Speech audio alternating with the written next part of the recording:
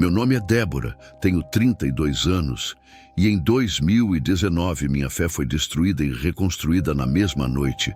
Eu era manicure em Aparecida de Goiânia, casada com o João, que trabalha como técnico de refrigeração, e mãe de 2 filhos pequenos, a Esther, de 8 anos, e o Samuel, de 5. Durante 15 anos da minha vida, a Igreja Pentecostal Resgate Divino foi minha segunda casa, meu refúgio, o lugar onde eu buscava cura, paz e esperança. Aquele galpão alugado na Avenida Independência, com os ventiladores barulhentos lutando contra o calor sufocante de Goiás, era onde 500 pessoas se espremiam todo domingo buscando um milagre. A pastora Carmen era nossa líder espiritual, uma mulher de 43 anos, imponente, eloquente, que pregava com um fogo que parecia vir direto do céu. Ela tinha 45 mil seguidores no Instagram, fazia lives toda quinta-feira às 20 horas e dirigia um Corolla preto que diziam ter sido presente de um ofertante anônimo. Todos na igreja a chamavam de Pastora Santa, porque ela parecia intocável, pura, escolhida por Deus de uma forma especial. Quando ela pregava, o silêncio no templo era absoluto. Quando ela orava, as pessoas caíam no chão tremendo. Eu mesma já tinha visto dezenas de pessoas sendo curadas, libertadas, transformadas através das orações dela. A pastora Carmen tinha orado pela minha cura da endometriose em 2016, quando a dor era tão forte que eu mal conseguia trabalhar. Ela tinha dedicado meus 2 filhos ao Senhor quando eram bebês. Tinha aconselhado meu casamento quando João e eu quase nos separamos. Ela era como uma mãe espiritual para mim, alguém em quem eu confiava cegamente, alguém cujas palavras eu aceitava como se fossem a própria voz de Deus. Minha própria mãe, a dona Marta, congregava comigo e idolatrava aquela mulher de uma forma que hoje eu vejo como perigosa. O pastor Renato, marido dela, era um homem quieto de 50 anos que sempre ficava na sombra. Cuidava do som, mexia nos equipamentos, pregava raramente. A maioria das pessoas nem sabia direito quem ele era, porque a pastora Carmen brilhava tanto que ofuscava todo mundo ao redor. Eles tinham 2 filhos adultos que moravam em Goiânia e quase nunca apareciam na igreja, o que eu achava estranho, mas nunca questionei. Afinal, questionar a vida pessoal da ungida do Senhor era algo que ninguém ousava fazer. A igreja funcionava numa estrutura bem organizada. Tinha diáconos, obreiros, líderes de célula, ministério de louvor, tudo certinho.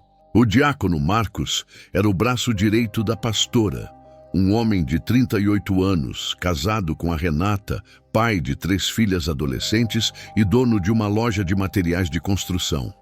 O Rafael era nosso líder de louvor, um rapaz de 29 anos, solteiro, voz linda que tocava violão e teclado como ninguém. E tinha o Paulo, um empresário viúvo de 52 anos, dono de uma revendedora de carros usados, que tinha perdido a esposa de câncer em 2017 e desde então era o maior dizimista da igreja. Doava R$5.000 por mês. Eu fazia parte da equipe de intercessão, aquelas irmãs que chegavam cedo para os cultos e oravam pelos pedidos, pelas causas impossíveis. Passava pelo menos 4 dias por semana naquela igreja, culto de domingo de manhã e de noite, culto de terça à noite, culto de quinta com a Santa Ceia e às vezes ainda ia nos sábados ajudar na limpeza. Minha vida girava em torno daquele lugar, daquelas pessoas, daquela líder que eu achava perfeita. O salão onde eu trabalhava ficava a apenas 3 quarteirões da igreja. Então, nas horas vagas entre uma cliente e outra, eu subia lá para orar ou ajudar em alguma coisa. Mas 6 meses antes de novembro de 2019, coisas estranhas começaram a acontecer comigo. Eu comecei a ter pesadelos recorrentes. Sonhava com a igreja pegando fogo, com as paredes desabando, com pessoas correndo e gritando. Acordava às 3 da manhã suando frio, o coração disparado, sem entender o que aquilo significava. Teve uma noite que eu sonhei que estava no altar da igreja e via vultos escuros se movendo atrás da pastora Carmen enquanto ela pregava. Vultos sem rosto, sem forma definida, mas que emanavam uma sensação de podridão. Contei para minha mãe, contei para algumas irmãs, e todas disseram a mesma coisa, que era ataque espiritual, que o inimigo estava tentando me afastar da igreja. Eu acreditei nisso e intensifiquei minhas orações, meus jejuns, minha frequência nos cultos. Achei que se eu me consagrasse mais, se eu buscasse mais a presença de Deus, aqueles pesadelos iriam embora. Mas eles só pioraram. Ficaram mais vívidos, mais perturbadores, mais reais. Teve um sonho específico que me marcou profundamente. Eu via a pastora Carmen no altar, segurando um cálice que se partia ao meio e um líquido vermelho escorria pelas mãos dela enquanto ela gritava sem emitir nenhum som. Acordei daquele sonho com uma sensação horrível no peito, mas de novo, afastei aquilo como ataque do diabo. A verdade é que por trás daquela imagem perfeita que a pastora Carmen projetava, havia um segredo podre, asqueroso, que nem o próprio inferno conseguiu esconder de Deus para sempre. E quando a verdade veio à tona, foi da forma mais aterrorizante e pública que alguém poderia imaginar, durante a Santa Ceia de uma quinta-feira de novembro de 2019, na frente de 500 pessoas. Mas eu não sabia de nada disso ainda. Eu não fazia ideia que Deus estava me preparando através daqueles sonhos perturbadores para a verdade que destruiria tudo o que eu conhecia e em que acreditava. Nos meses anteriores àquela noite fatídica, alguns sinais começaram a aparecer. Pequenos detalhes que eu vi, mas escolhi ignorar. Comportamentos estranhos que minha mente justificou com desculpas espirituais. Eu não imaginava que aqueles sinais eram apenas a ponta de um iceberg gigantesco de mentiras, manipulação e pecado que estava prestes a vir à superfície de uma forma que ninguém jamais esqueceria. Lembro exatamente do dia que comecei a desconfiar de verdade. Foi uma terça-feira abafada de junho de 2018, mais de um ano antes da exposição. Eu tinha acabado de fazer as unhas da Renata, esposa do diácono Marcos, ali no meu salão que ficava pertinho da igreja. Ela estava estranhamente quieta durante toda a sessão, mexendo no celular a cada 5 minutos com uma expressão tensa no rosto. Aquilo era incomum, porque a Renata era uma mulher falante, alegre, sempre compartilhando histórias das 3 filhas adolescentes. Mas naquele dia, ela mal abriu a boca. De repente, ela largou o celular na mesinha ao lado e me perguntou baixinho, quase sussurrando como se tivesse medo de alguém ouvir. Débora, quanto tempo a pastora costuma ficar em aconselhamento com os irmãos? Respondi sem pensar muito, achando que era curiosidade normal. Depende, né, Renata? Meia hora, 1 hora no máximo. Por quê? Ela engoliu seco e os olhos dela ficaram marejados. O Marcos entrou no gabinete pastoral às 14 horas para um aconselhamento. São 17 horas e 30 minutos e ele ainda não saiu de lá. Meu coração deu uma guinada estranha no peito, mas eu forcei um sorriso tranquilizador. Talvez seja um aconselhamento mais profundo, né? Questões espirituais complexas. Aquele gabinete pastoral era uma sala separada no fundo da igreja. Tinha um sofá de couro marrom, uma mesa, ar-condicionado e a porta sempre ficava trancada por dentro durante os aconselhamentos. A pastora Carmen dizia que era para preservar a privacidade e a intimidade espiritual das conversas, que era um espaço sagrado onde Deus operava de forma especial. Ninguém questionava isso. Afinal, ela era a ungida, a escolhida. Quem éramos nós para duvidar dos métodos dela? Mas depois daquela conversa com a Renata, comecei a prestar mais atenção e percebi um padrão perturbador. Nos meses seguintes, 3 homens específicos começaram a passar tempo demais naquele gabinete fechado. o Marcos, o Rafael e o Paulo. O Rafael era o líder de louvor, aquele rapaz jovem de 29 anos, solteiro, que morava com a mãe viúva. De repente ele apareceu na igreja dirigindo um carro novo, um Gol branco 0 km, e quando as pessoas perguntavam, ele dava aquele sorriso meio sem graça e dizia: "Foi bênção de Deus, irmãos, foi bênção." Mas eu sabia que ele ganhava pouco trabalhando numa loja de instrumentos musicais. Como conseguiu comprar um carro 0 sem financiamento? O Paulo, aquele empresário viúvo que tinha perdido a esposa de câncer, começou a ter um comportamento estranho também. Ele passou a sentar sempre na primeira fila do lado esquerdo, exatamente no ângulo onde a pastora Carmen conseguia vê-lo durante todo o culto. Percebi que durante as pregações ela olhava na direção dele com uma frequência maior do que o normal. Eram olhares rápidos, discretos, mas estavam lá. E o Paulo correspondia com sorrisos sutis, acenos de cabeça, uma conexão silenciosa que me deixava desconfortável, sem eu saber exatamente por quê. E o Marcos, o diácono, o homem de confiança, o braço direito da pastora, começou a usar uma colônia diferente, mais cara, mais marcante. A Renata comentou comigo num tom que misturava tristeza e sarcasmo. "Acho que é a mesma fragrância que a pastora usa, Débora." Percebi que as roupas dele também mudaram. Camisas de marca, sapatos importados, um relógio dourado que eu nunca tinha visto antes. Quando eu perguntava se os negócios estavam bem, ele desconversava rapidamente e mudava de assunto. 2 semanas depois daquela conversa inquietante com a Renata, algo chocante aconteceu num culto de quarta-feira à noite. A irmã Valdirene, uma senhora de 55 anos, que era obreira há 20 anos, foi humilhada publicamente na frente de todo mundo. Ela tinha comentado discretamente com algumas irmãs mais próximas sobre as reuniões estranhas e longas demais no gabinete pastoral. Nada além disso, só um comentário de preocupação genuína. Mas alguém foi contar para a pastora Carmen, e a reação dela foi aterrorizante. A pastora estava no meio da pregação quando de repente parou. Ficou em silêncio por uns 10 segundos, olhando fixamente para o fundo da igreja onde a Valdirene estava sentada. O clima ficou pesado, desconfortável. Todo mundo sentiu que algo estava errado. Então ela apontou o dedo acusador na direção da Valdirene e gritou com uma voz que ecoou no templo inteiro: "Você aí no fundo, irmã Valdirene, levante-se agora!" A coitada se levantou tremendo, sem entender o que estava acontecendo. A pastora continuou aos berros: "Você está com demônio de fofoca, de intriga, de divisão. Sai daqui agora, não quero você profanando esta casa.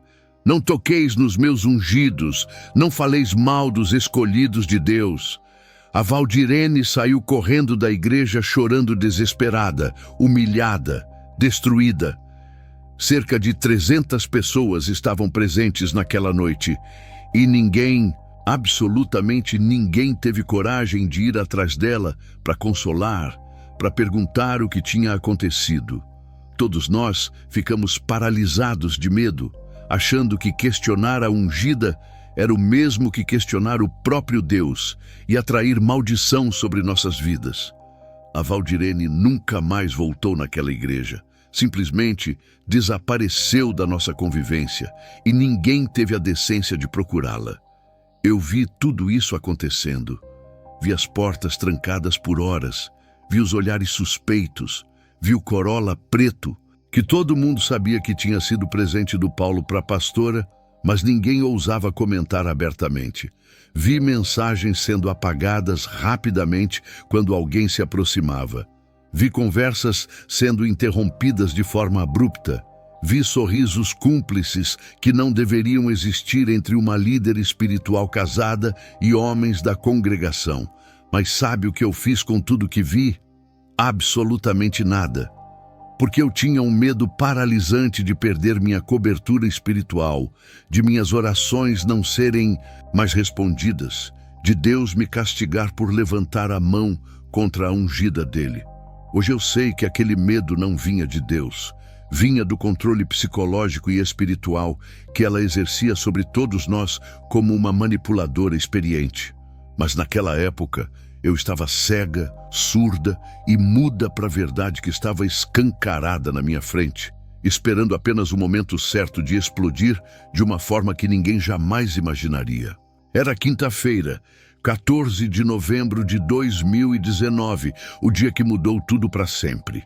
O culto de Santa Ceia era sempre especial. Acontecia toda a primeira quinta-feira do mês e naquela noite a igreja estava lotada com mais de 500 pessoas vestidas de branco. O calor estava insuportável, mesmo com todos os ventiladores ligados no máximo. Aquele calor típico de Goiás que faz a gente suar só de respirar. A pastora Carmen estava imponente como sempre, usando um terno branco impecável, cabelo preso num coque perfeito, maquiagem impecável. Ela começou a ministração falando sobre pureza, santidade, sobre não profanar a mesa do Senhor com pecado oculto. Lembro que achei a pregação estranha, mais intensa que o normal, como se ela estivesse tentando convencer a si mesma de alguma coisa. Depois de uns 40 minutos de pregação, chegou o momento de consagrar o pão e o vinho, o momento mais sagrado de todo o culto. A pastora pegou o cálice prateado com as duas mãos, ergueu para o alto, fechou os olhos e começou a orar em voz alta. Foi quando aconteceu algo que gelou meu sangue. O cálice rachou na mão dela. Simplesmente se partiu ao meio com um som alto que ecoou no silêncio do templo. E o vinho começou a escorrer entre os dedos dela como se fosse sangue. Ela ficou paralisada, olhando para a própria mão manchada de vermelho, os olhos arregalados de pavor absoluto. O barulho do metal rachando tinha sido tão claro que todo mundo ouviu, e um silêncio pesado tomou conta da igreja. As luzes começaram a piscar. Uma vez, duas vezes, três vezes seguidas. As crianças que estavam fazendo barulho pararam de chorar instantaneamente, como se algo invisível tivesse calado elas. E então um vento gelado varreu o santuário inteiro, mas todas as janelas estavam fechadas, todas as portas estavam fechadas. Era novembro, pleno calor de Goiás com 35 graus lá fora, mas de repente todos nós começamos a tremer de frio, como se tivesse caído a temperatura uns 20 graus. Ouvi a irmã Cleide ao meu lado sussurrar apavorada. Meu Deus do céu, o que está acontecendo aqui? O João segurou minha mão com tanta força que chegou a doer. Ele estava suando frio e tremendo também. Várias pessoas tentaram pegar os celulares para gravar o que estava acontecendo, mas todos os aparelhos descarregaram ao mesmo tempo. 500 pessoas com bateria zerada simultaneamente, o que é impossível de acontecer naturalmente. A pastora Carmen começou a tremer violentamente da cabeça aos pés. Ela tentou falar, abriu a boca várias vezes, mas nenhum som saía. Era como se algo estivesse bloqueando as palavras na garganta dela. Os lábios dela se moviam desesperados, as mãos tremiam, segurando os pedaços do cálice partido, suor escorria pelo rosto dela, borrando a maquiagem.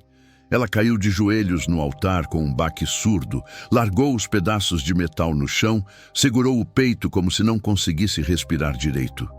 Naquele momento, eu lembrei do sonho da Juliana.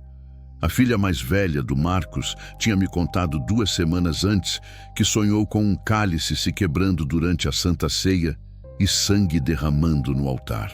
Na época achei que era só pesadelo de adolescente, mas ali, vendo aquilo acontecer de verdade, vendo o vinho escorrendo como sangue pela mão da pastora, entendi arrepiada que Deus tinha avisado.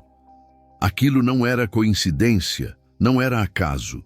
Era algo sobrenatural acontecendo diante dos nossos olhos. E então a pastora começou a falar, mas não era mais aquela voz firme e autoritária cheia de unção que a gente conhecia. Era uma voz quebrada, sufocada, desesperada, como se cada palavra estivesse sendo arrancada de dentro dela à força. Eu não consigo mais. Eu não posso mais esconder. Deus está me obrigando a falar a verdade.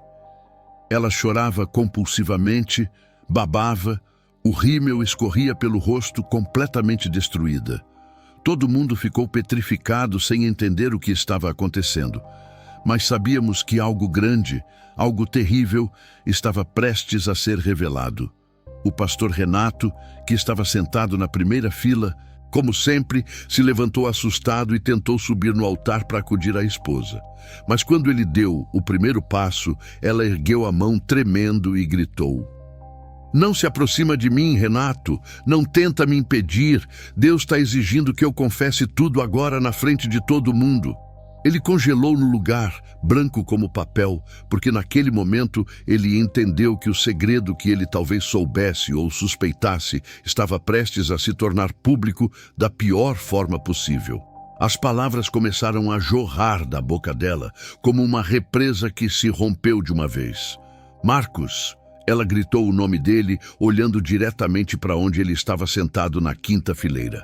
"Faz 3 anos que a gente peca juntos, no gabinete pastoral, depois dos cultos de quarta, quando todo mundo vai embora.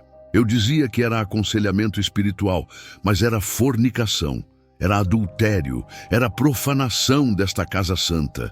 Ela soluçava entre as palavras, limpando o rosto com as mãos sujas de vinho que pareciam manchadas de sangue. A congregação inteira entrou em choque coletivo. Mulheres começaram a gritar, homens levantaram das cadeiras sem saber o que fazer, crianças choravam assustadas com o caos. Eu virei para trás e vi a Renata 5 fileiras atrás de mim, mas ela não estava chorando desesperada como eu imaginava. Ela tinha uma expressão de alívio, misturado com dor no rosto, como se um peso gigantesco tivesse finalmente saído dos ombros dela. Ouvi ela sussurrar só para ela mesma: "Eu sabia, eu sempre soube. Graças a Deus agora todo mundo vai saber também." Mas a pastora Carmen não parou. As palavras continuavam saindo sem controle. "Rafael!" Ela apontou para o palco onde ele estava, com o violão ainda pendurado no pescoço.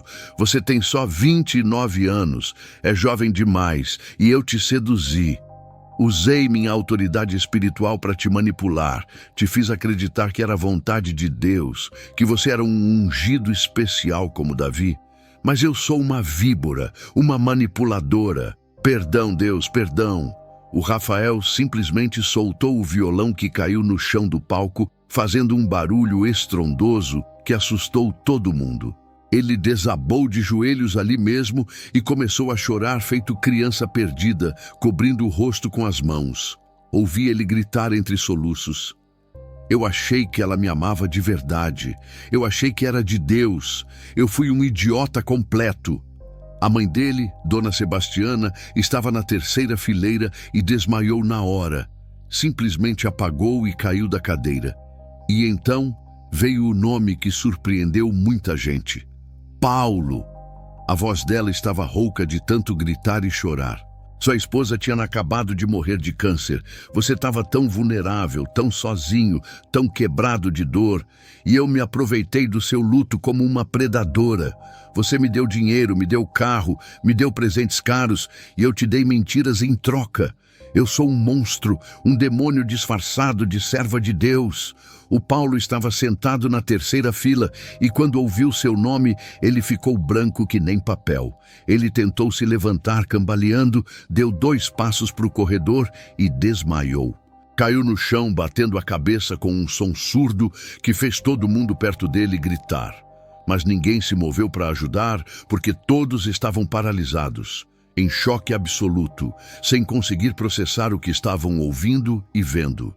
O Marcos se levantou da cadeira tremendo da cabeça aos pés e gritou com a voz embargada, quebrando o silêncio: "É verdade, tudo que ela está falando é verdade. Deus me perdoa, Renata me perdoa, minhas filhas me perdoem." Ele caiu de joelhos no corredor e começou a vomitar ali mesmo de tão nervoso, de tanta culpa acumulada explodindo de uma vez. As pessoas ao redor dele se afastaram enojadas, horrorizadas com a cena. As 3 filhas do Marcos estavam presentes naquela noite.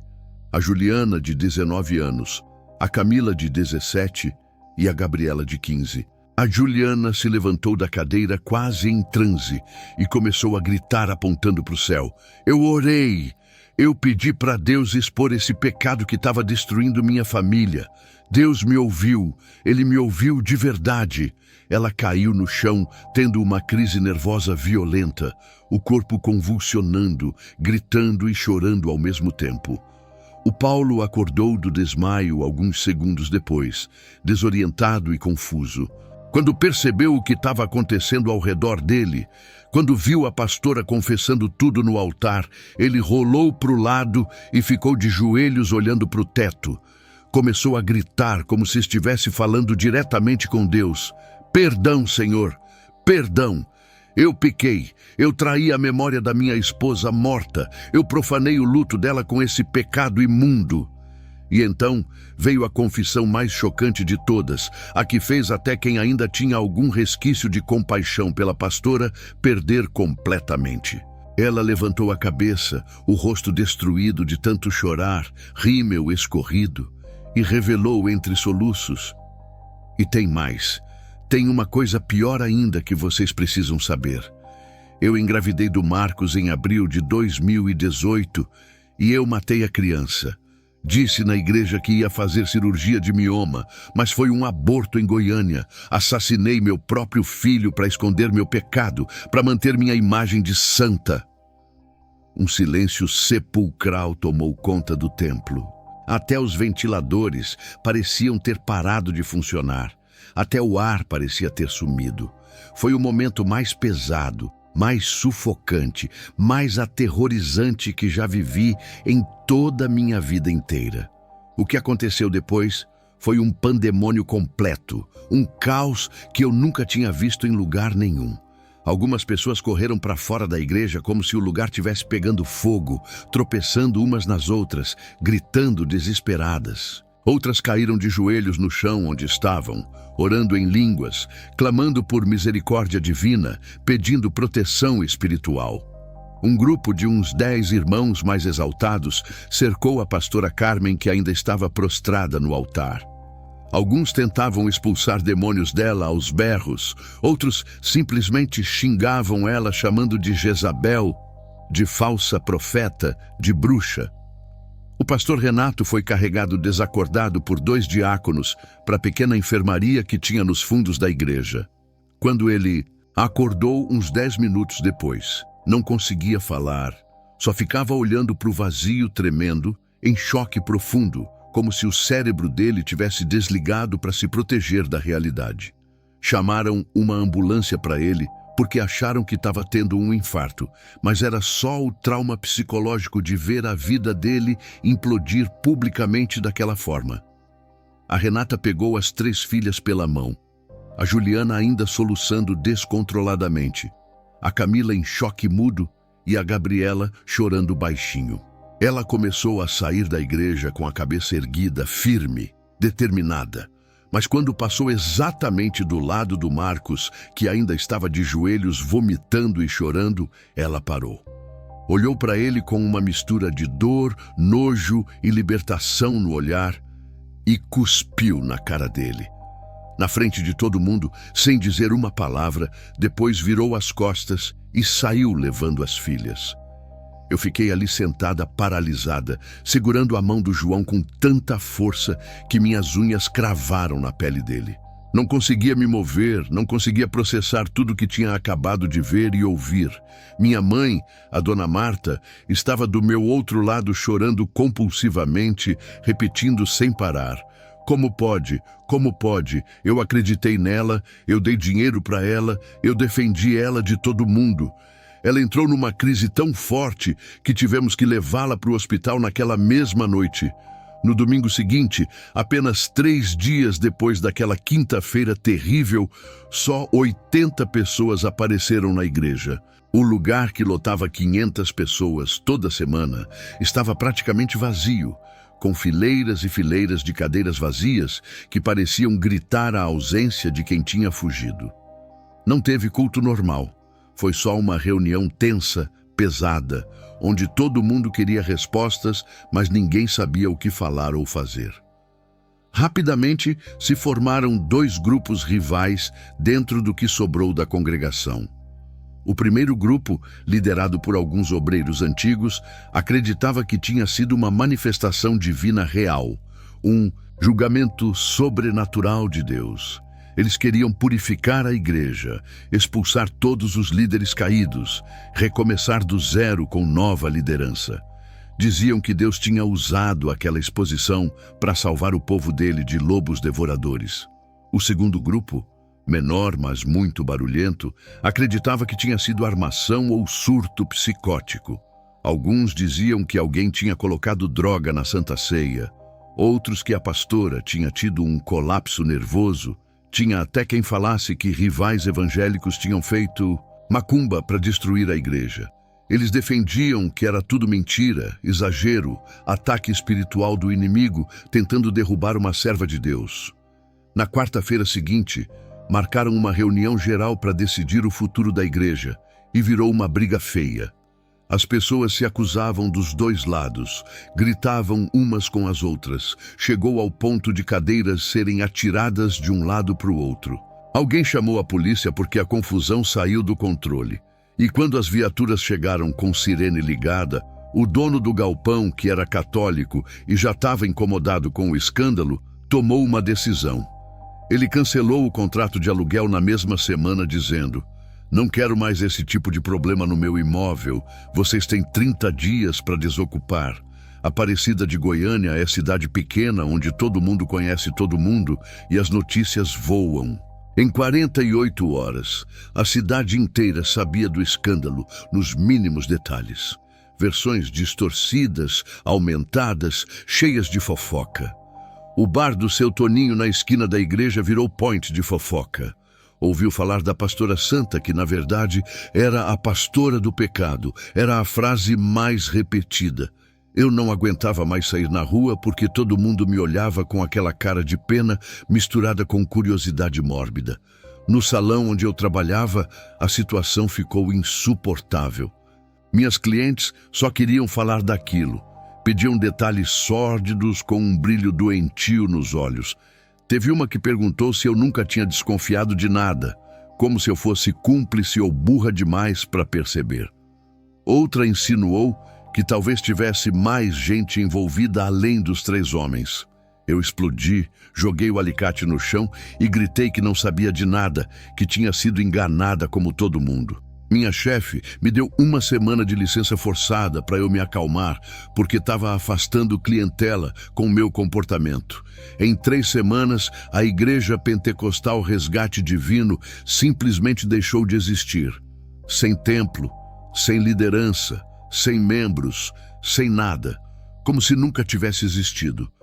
3 dias depois da exposição, o Rafael fez algo que ninguém esperava e que acabou de vez com qualquer chance da pastora Carmen negar o que tinha confessado. Ele foi até a delegacia de Aparecida de Goiânia e entregou tudo para o delegado. Um pendrive cheio de áudios gravados secretamente durante meses, prints de centenas de conversas do Telegram que ele tinha feito backup, até algumas fotos comprometedoras. O delegado perguntou por que ele tinha gravado tudo aquilo e o Rafael respondeu chorando: "Porque eu tinha medo dela. Ela sempre ameaçava que se eu contasse para alguém, Deus ia me matar, então gravei como seguro."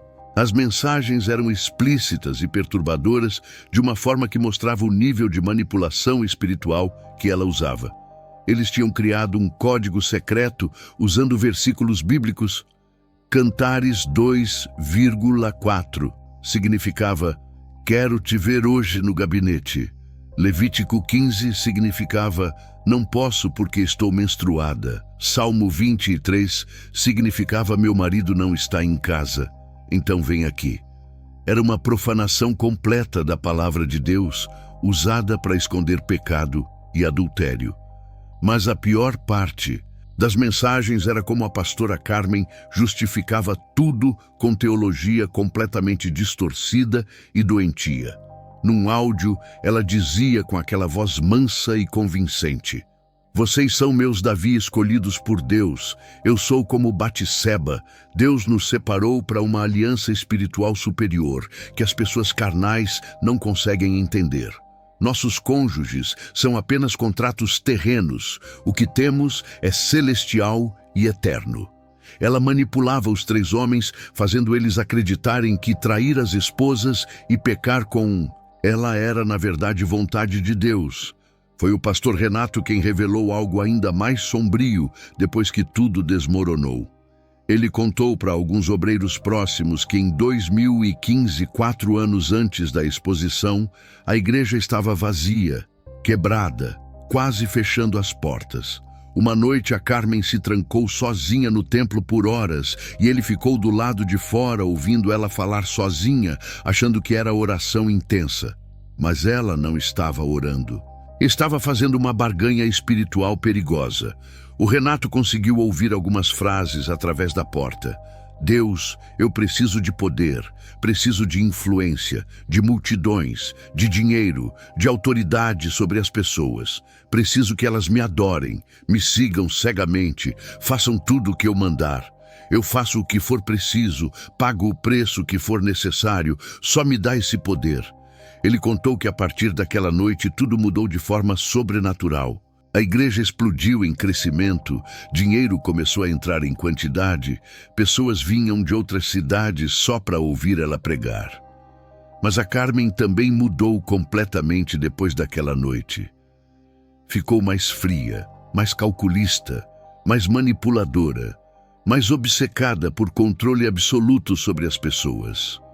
O Renato disse que ela não fez pacto com o diabo no sentido tradicional de filme de terror, mas que ela abriu portas espirituais perigosíssimas ao colocar poder e glória acima de santidade e verdade.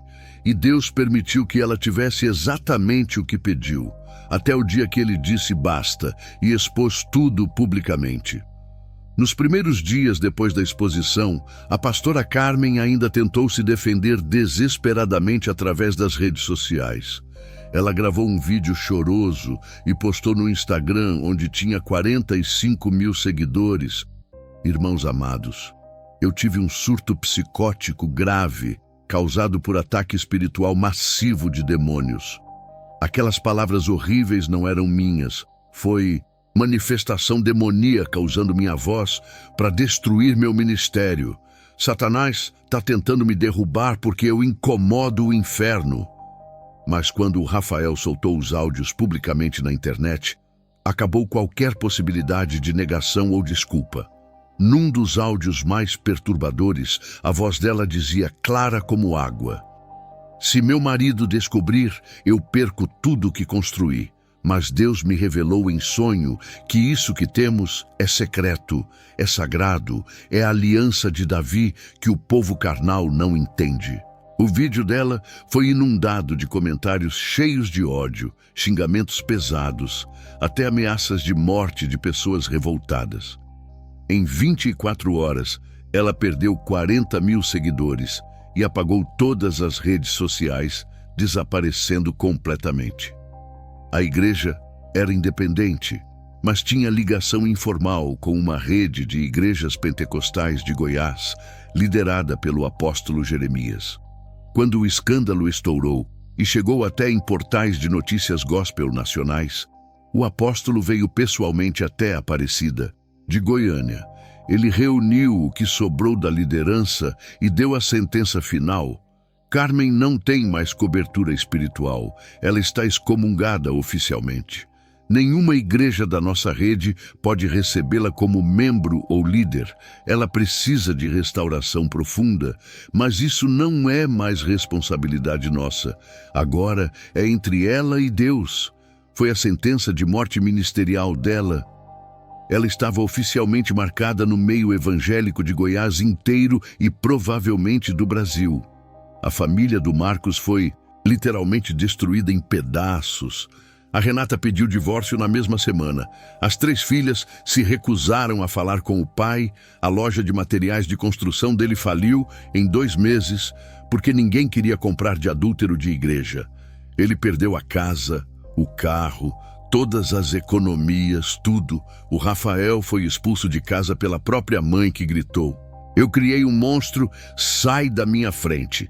E o Paulo foi processado pelos próprios filhos adultos que descobriram que o dinheiro ofertado para a pastora era a herança da mãe deles que tinha morrido de câncer.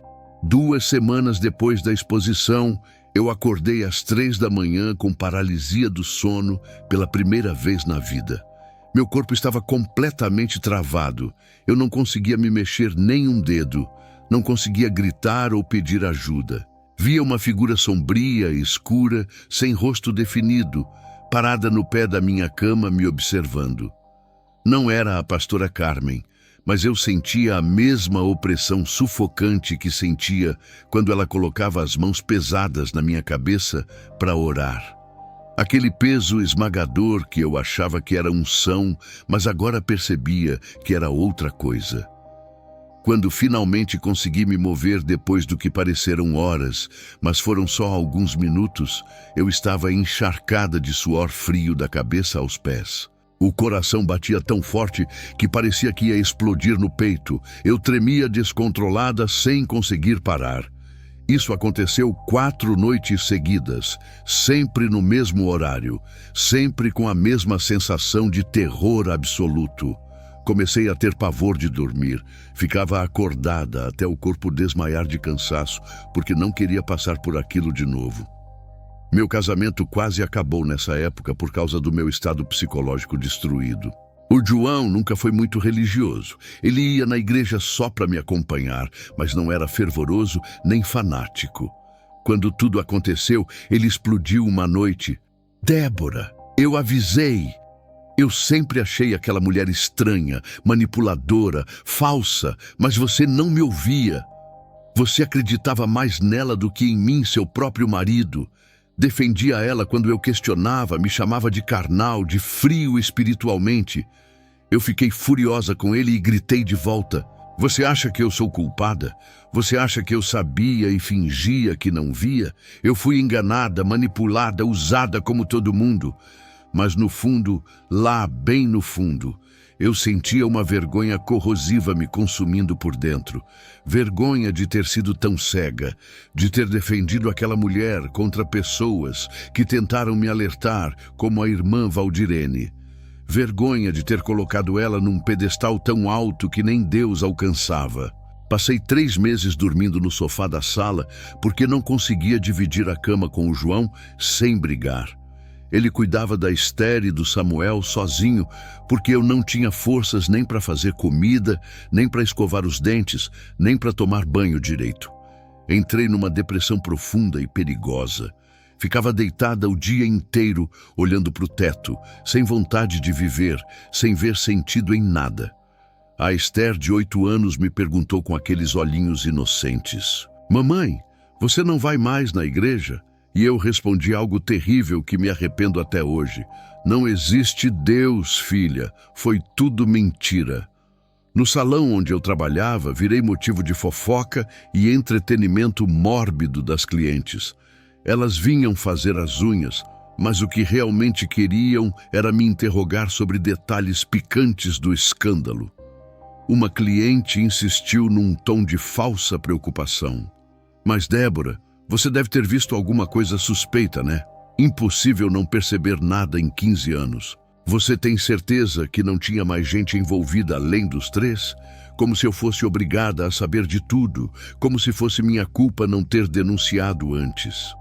Num dia de outubro, quase 1 ano depois da exposição, eu toquei o fundo do poço de verdade.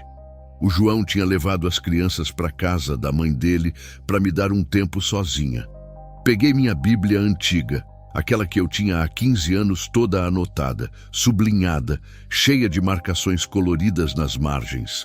Comecei a rasgar página por página, chorando e gritando sozinha: "Onde você estava, Deus? Quando ela estava pecando no altar, quando estava enganando 500 pessoas, quando estava destruindo famílias inteiras? Onde você estava quando ela matou aquela criança?" Joguei os pedaços rasgados da Bíblia no lixo da cozinha e pela primeira vez em 15 anos me senti livre. Livre da culpa religiosa, do medo do inferno, da obrigação de parecer santa e perfeita o tempo todo. Mas também me senti completamente vazia, oca por dentro, sem propósito nenhum para continuar vivendo. Sentei no chão da sala e fiquei ali parada por horas, sem pensar em nada, só sentindo o vazio me engolir aos poucos. O João voltou com as crianças no final da tarde e me encontrou ainda sentada no mesmo lugar do chão. Ele não disse nada, só sentou do meu lado e ficou ali comigo em silêncio. Depois de uns 20 minutos, ele falou baixinho. Débora, eu não sei o que você está sentindo, não sei como te ajudar, mas eu estou aqui. Sempre vou estar aqui mesmo que você não acredite mais em nada. Foi a primeira vez em meses que eu chorei de verdade, não de raiva ou desespero, mas de dor pura. Uma dor que precisava sair para eu poder começar a sarar. Eu não queria encontrar a Dona Rosa, nem sabia quem ela era até aquele sábado de manhã. Era final de outubro de 2019, quase um ano depois da exposição, e eu estava na Feira Livre de Aparecida de Goiânia comprando verduras. Era uma das únicas coisas que eu ainda conseguia fazer no piloto automático sem pensar muito. De repente, uma senhora pequenininha de uns 78 anos, cabelo completamente branco, se aproximou de mim com um sorriso gentil no rosto enrugado. Moça, o senhor mandou eu falar com você hoje. Eu olhei para ela como se ela fosse louca. Revirei os olhos com irritação. O senhor quem? Ela respondeu tranquila. O Senhor Jesus, filha. Ele me acordou às 5 da manhã e disse, vai na feira, procura uma moça baixinha de cabelo cacheado com olhos tristes, carregando peso demais. Ela precisa urgente de mim. Eu queria rir na cara dela, ou chorar, ou xingar, mas tudo que saiu foi...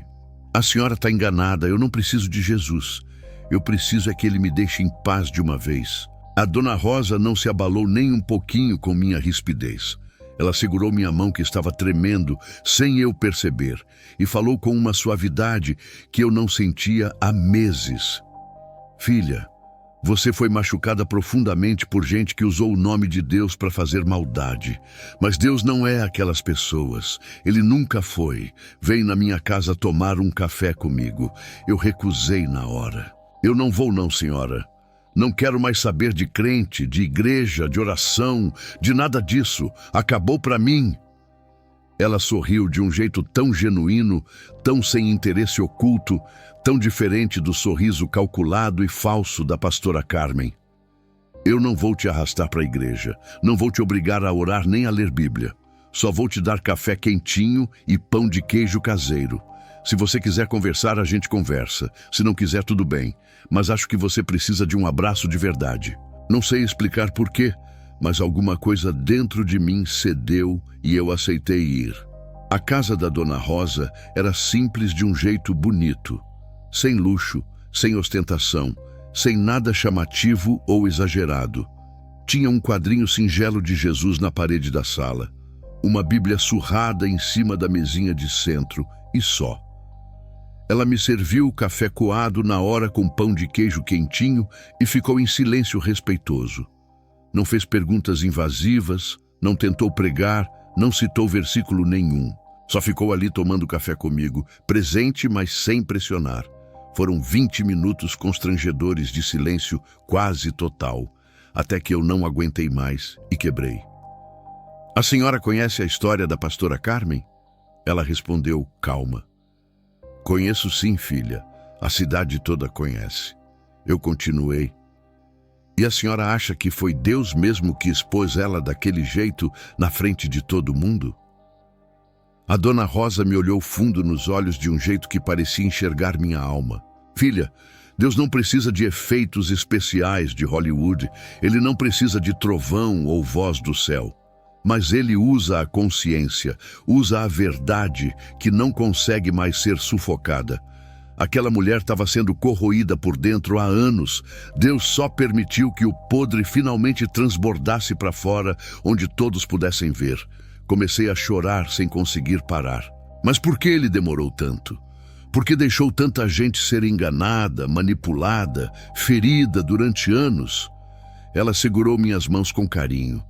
Porque Deus respeita o livre-arbítrio até das pessoas más, filha. Ela escolheu pecar. Os homens escolheram trair e as pessoas escolheram idolatrar uma líder em vez de buscar a Deus de verdade.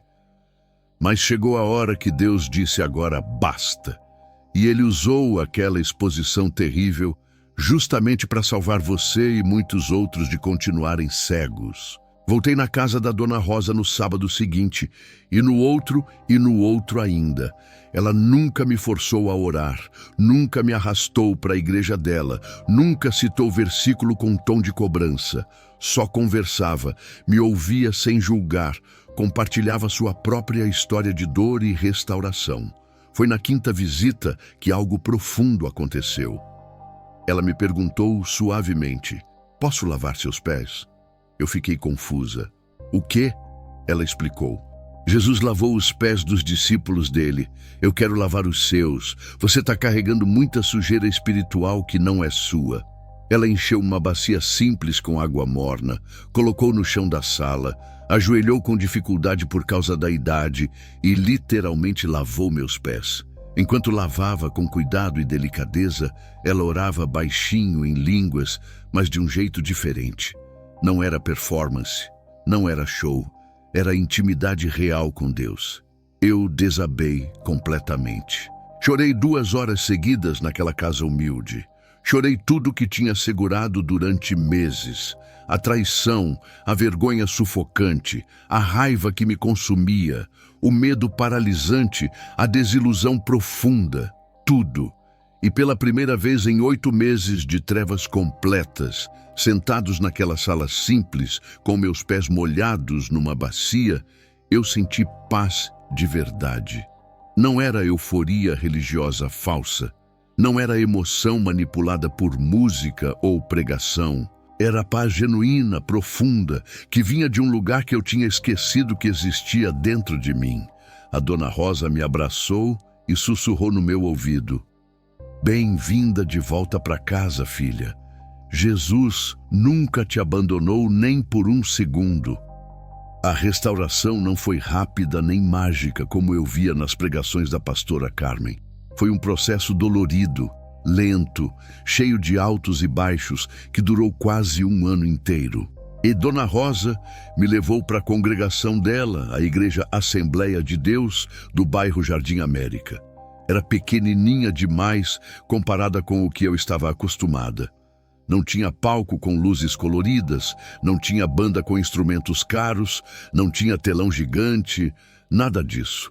Tinha um pastor humilde de 60 anos, chamado Josué, que trabalhava como pedreiro de segunda a sábado, e no máximo 30 pessoas nos cultos. No começo, eu sentava lá no fundão da igrejinha de braços cruzados, desconfiada de tudo e de todos. Toda vez que o pastor Josué falava um pouco mais alto durante a pregação, eu me encolhia instintivamente, com medo. Toda vez que alguém se aproximava querendo orar por mim, eu recuava assustada, criando distância. Levou 3 meses completos até eu conseguir levantar as mãos para adorar de novo, sem sentir pânico, sem achar que estava sendo manipulada emocionalmente. O João percebeu a mudança gradual em mim ao longo dos meses. Não foi da noite para o dia, mas aos poucos eu voltei a sorrir de verdade, a brincar com a Esther e o Samuel, a cozinhar as refeições, a me cuidar minimamente. Uma noite ele me perguntou curioso: "Débora, você voltou a acreditar em Deus?" Respirei fundo antes de responder. "Não da forma que eu acreditava antes, João. Antes eu acreditava em performance religiosa, em milagres espetaculosos de palco, em líderes infalíveis e intocáveis. Agora eu acredito num Deus simples que está ali comigo na cozinha, que me ama mesmo quando eu estou uma bagunça completa, que não precisa de holofotes." Ele me abraçou apertado e falou emocionado: "Eu tô vendo a diferença em você. Tá mais leve, mais você mesma de verdade. E sabe o que aconteceu que me surpreendeu? O João começou a ir comigo na igrejinha do Jardim América. Não porque eu implorei, manipulei ou fiz chantagem emocional, mas porque ele viu a transformação genuína em mim. e ficou curioso. Ele acabou sendo batizado em junho de 2020 e chorou feito criança quando saiu das águas. Em 2020, a Dona Rosa me convidou para ajudar num grupo pequeno que ela liderava toda terça à noite. Era um grupo de mulheres que tinham sido profundamente machucadas por igrejas abusivas de várias formas. Conheci a Fabiana, que foi abusada sexualmente por um pastor quando tinha só 16 anos. A Joyce, que foi expulsa da igreja por se divorciar de um marido agressor violento. A Cláudia, que perdeu a guarda da filha pequena porque a liderança ensinou que depressão é falta de fé e frescura, e mandou ela parar de tomar os remédios psiquiátricos. Eu ouvi histórias muito piores que a minha naquele grupo, histórias que me fizeram perceber que o abuso espiritual é mais comum do que eu imaginava. E pela primeira vez consegui usar minha dor para ajudar outra pessoa a se curar também. Contei minha história completa, chorei junto com elas, orei com elas de coração aberto. Descobri que ajudar outras mulheres quebradas a se restaurar foi o que terminou de curar minhas próprias feridas mais profundas. Aprendi a fazer perguntas que antes eu tinha pavor de fazer por medo de parecer rebelde ou carnal. Perguntei para o pastor Josué: "Por que o senhor não dirige carro novo?" Ele respondeu naturalmente rindo: "Porque meu Uno 2005 ainda funciona perfeitamente bem, filha. Não preciso de luxo." Perguntei quem fiscaliza as finanças da igreja e ele abriu o livro caixa ali mesmo, na frente de todo mundo, sem esconder nada. Perguntei se ele já tinha pecado sendo pastor e ele contou que bebeu demais numa festa de família anos atrás e teve que pedir perdão publicamente para a congregação. A diferença ficou cristalina para mim. Líderes saudáveis não têm medo de transparência total e prestação de contas. Líderes abusivos se escondem atrás de autoridade espiritual intocável, de ungido do Senhor, de não toqueis nos meus escolhidos. Aprendi que igreja saudável não tem medo de perguntas, não pune questionamentos honestos, não usa medo e culpa para controlar as pessoas. Igreja saudável promove liberdade, não escravidão religiosa disfarçada de consagração. Minha mãe, a Dona Marta, se recuperou totalmente da depressão profunda que entrou depois do escândalo. Ela também começou a congregar conosco na Assembleia do Jardim América e repetia sempre: "Eu idolatrei aquela mulher. Coloquei ela no lugar que só pertence a Deus. Nunca mais vou fazer isso." Ver ela restaurada, sorrindo de novo, me encheu de esperança de que cura verdadeira é possível, mesmo depois da pior traição. Hoje sei discernir melhor entre o que é de Deus e o que é manipulação humana disfarçada de espiritualidade. Questiono com sabedoria e respeito, mas questiono. Nunca mais vou colocar seres humanos falhos em pedestais que só pertencem a Deus, por mais ungidos que pareçam ser. E, principalmente, nunca mais vou ter medo de sair de um lugar onde minha alma não é livre para crescer de verdade. Em 2021, 2 anos depois da exposição que destruiu tudo, eu encontrei a pastora Carmen por puro acaso. Eu tinha ido passar um final de semana em Pirenópolis, uma cidade pequena a 100 quilômetros de Aparecida de Goiânia, só para descansar um pouco. Entrei numa padaria simples no centro para tomar café da manhã.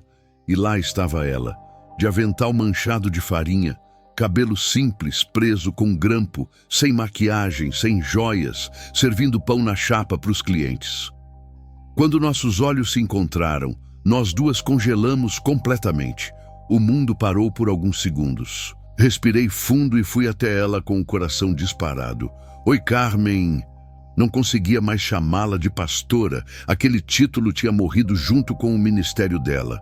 Ela largou a espátula que segurava, começou a chorar ali mesmo na frente dos clientes da padaria.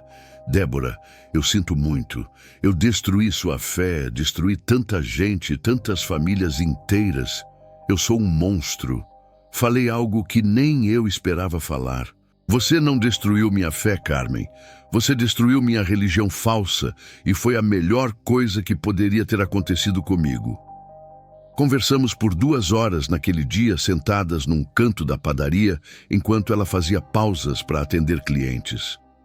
Ela me contou que perdeu absolutamente tudo, o Renato pediu divórcio, os 2 filhos adultos não falam mais com ela, a casa foi vendida para pagar dívidas, o ministério acabou, os seguidores sumiram como fumaça. Me contou que tentou suicídio em 2020 com overdose de remédios controlados, mas uma vizinha achou estranho e arrombou a porta, salvando ela. Passou 6 meses internada numa clínica psiquiátrica tentando reconstruir a mente destruída. Quando saiu da clínica, vendeu o pouco que tinha sobrado e se mudou para Pirenópolis, onde ninguém a conhecia. Trabalha como cozinheira e atendente naquela padaria simples, ganhando um salário mínimo e meio. Congrega numa igrejinha minúscula de 15 pessoas no máximo, senta sempre no fundo, nunca mais subiu num púlpito e diz que nunca mais vai subir. Me contou que criou um grupo de apoio secreto online para líderes evangélicos que caíram em pecado sexual e perderam tudo, tentando ajudar outros a não cometerem suicídio como ela quase fez. Perguntei olhando fundo nos olhos dela. Você se arrependeu de verdade ou só está arrependida de ter sido exposta e perdido tudo? Ela segurou minhas mãos com força e respondeu com a voz embargada. No começo, Débora, era só arrependimento egoísta por ter perdido o poder, o dinheiro, o status. Mas depois de tocar o fundo do poço de verdade, de querer morrer, de não ter mais nada nem ninguém, eu encontrei Deus pela primeira vez na vida. Não o Deus que eu usava para ter poder e controle sobre as pessoas, mas o Deus que me ama mesmo eu sendo o lixo que eu fui. Acreditei nela, olhando nos olhos fundos de dor verdadeira, e fiz algo que nunca pensei que conseguiria fazer. Eu a perdoei, não porque ela merecia perdão, mas porque eu precisava me libertar desse peso que me prendia ao passado. Quanto aos 3 homens, cada um teve um destino diferente, mas todos perderam muito. O Marcos perdeu família, dinheiro, reputação, tudo. Passou 1 ano morando nas ruas de Goiânia, bebendo cachaça, até ser resgatado por um pastor de missão urbana. Hoje trabalha voluntário num albergue, ajudando moradores de rua. As 3 filhas ainda não falam com ele, e a Renata se casou de novo com um homem bom. O Rafael foi o mais destruído psicologicamente de todos. Descobriu em terapia que foi manipulado a vida toda, primeiro pela mãe controladora e depois pela pastora. Se afastou completamente da música gospel por 2 anos. Hoje toca num bar música secular. Casou com uma moça que não é evangélica, tiveram uma filha. E ele diz que nunca mais vai pisar numa igreja enquanto viver. O Paulo perdeu a empresa, o dinheiro. Os 2 filhos o processaram e cortaram contato total. Ficou na miséria absoluta, mas se reconciliou com um dos filhos em 2022, depois de pedir perdão de joelhos. Voltou a congregar na igrejinha onde a esposa falecida congregava. Trabalha como vendedor de consórcio. Vive simples, mas em paz. A Aparecida de Goiânia nunca mais foi a mesma depois daquilo. O escândalo virou lenda urbana que todo mundo conhece. Até hoje, quando alguém visita uma igreja nova na cidade, sempre tem alguém que comenta: lembra da pastora Carmen? Cuidado para não cair em outra cilada dessas. Mas teve um lado positivo inesperado. Várias igrejas da cidade mudaram radicalmente suas estruturas de liderança. Criaram conselhos independentes de prestação de contas, acabaram com gabinetes privativos trancados, instituíram regra de aconselhamentos, no máximo 30 minutos, sempre com porta aberta ou terceiro presente. Hoje, em 2024, eu tenho 37 anos e minha vida é completamente diferente. Continuo sendo manicure, mas agora tenho meu próprio salãozinho pequeno que consegui abrir. Congrego na Assembleia do Jardim América, aquela igrejinha humilde de 30 pessoas, e sou líder do grupo de mulheres que sofreram abuso espiritual. Meus filhos cresceram numa igreja saudável. A Esther, agora com 13 anos, e o Samuel com 10, fazem perguntas, questionam, duvidam, e eu incentivo isso tudo. Nunca mais quero que eles tenham medo de pensar criticamente ou de questionar líderes religiosos. Se você está me ouvindo agora e frequenta uma igreja onde o líder não pode ser questionado nunca, onde as finanças são secretas e ninguém presta contas, onde você tem medo de sair por causa de maldição ou perder bênção, saia, corra. Não é rebeldia nem falta de fé, é discernimento saudável. Se você foi machucado e traído como eu fui, se sua fé foi despedaçada por lobos em pele de ovelha, saiba que Deus não é aquelas pessoas. O evangelho verdadeiro é simples, é humilde, é libertador de verdade. Não tem holofotes, não tem carro importado, não tem milhares de seguidores. Tem pés sendo lavados, abraços sinceros, gente quebrada sendo restaurada com amor genuíno. Aquela noite de novembro de 2019 matou minha religiosidade morta, mas salvou minha alma eterna. E hoje eu sei. A verdade dói muito, machuca profundamente, mas é só a verdade que liberta de verdade.